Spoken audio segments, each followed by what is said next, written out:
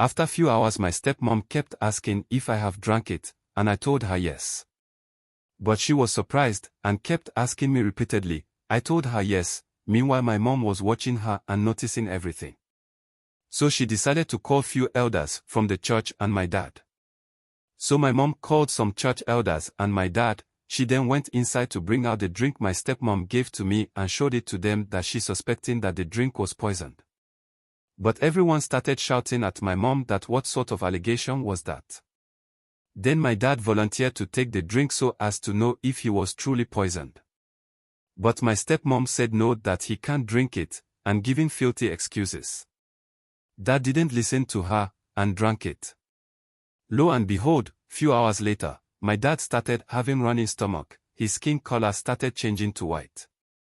There was pandemonium everywhere inside the church, everyone started running helter-skelter.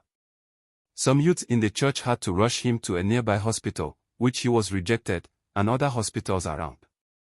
My dad was 80% dead. Meanwhile this woman, stepmom, has the antidote with her. She brought the antidote to the hospital and gave it to him. Few minutes later, he became stable but still unconscious. He was later admitted and treated at a popular private hospital at Alanikeja. Meanwhile, my step-siblings were already in our house fighting my mom that she was the one who had our dad. They thought he was dead. They threw my mom luggages and my own and sibling out. No one could stop them, only my dad who was half dead in the hospital. My mom then took me and my sibling to a nearby police station to report the case. Meanwhile one of my step-sibling is dating a police officer at the station. So he has heard about everything, so this officer had to change the whole report and roped my mom, that she attempted to kill my dad. My mom was detained, and my brother and I were left outside. When the church members heard what happened to my mom, they quickly came down to the station to explain what happened and even told them that my dad is not dead, but the officer in charge didn't listen. Only my dad can save mom from this mess, though the officer thought he was dead not until he was told that he's still alive. So the church members took my brother and I back to church, while my mom was left in station. They told us to get a good lawyer. Meanwhile my maternal grandfather is a very influential person in the society. So one of the members advised that a delegate be sent to him, that his daughter has been detained at the police station about a crime she doesn't know about. When my grandfather heard what happened, he had to call the assistant commissioner of police then, and explain to him. My grandfather then threatened to jail every one of my step-siblings and their mother after my mom has been released. The matter got to the table of commissioner of police, because my grandfather took the case up. Meanwhile my dad was still in hospital. The commissioner of police then called for the witness, church members, to come testify about the whole issue. 2 of the members perished a day before they would go and meet the CP. After the news of the witnesses broke out that they died on the same day, other church members stepped back out of fear that they might be targeted.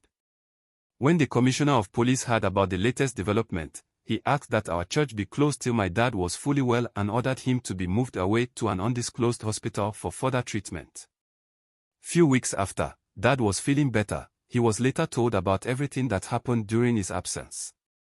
He bursted into tears and promised to send my stepmom to jail.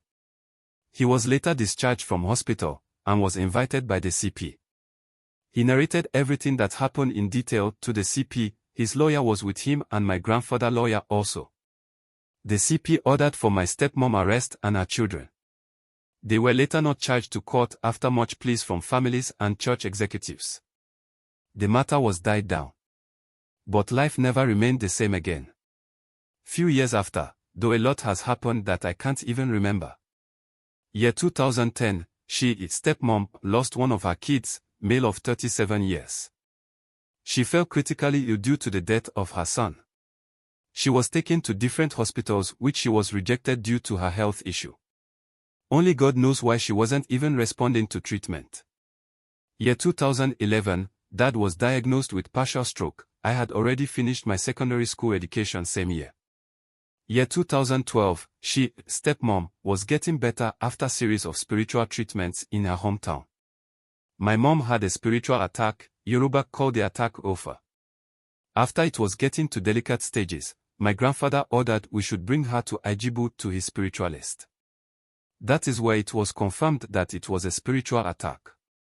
Then they did some sacrifice and spiritual stuff for her. The spiritualist then warned that the person who sent the attack would die after 7 days. Lo and behold, on 7th day, my stepmom was rushed down to our house. She confessed to every crime that she has been doing, from the death of Said to how she raped me and my mom attack and a lot of bad things she did. She said if I want to make it in life, then I have to do some stuffs which I have done. That was because of the sex she forced me to do. She was later rushed to the hospital, but died on their way. There's no peace for the dead.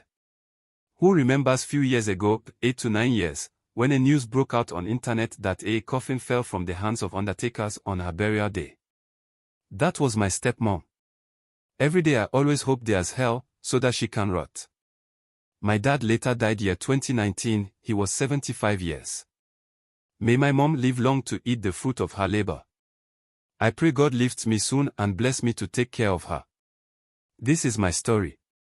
Thanks for watching. Please, like, share, comment, and follow our channel for more updates.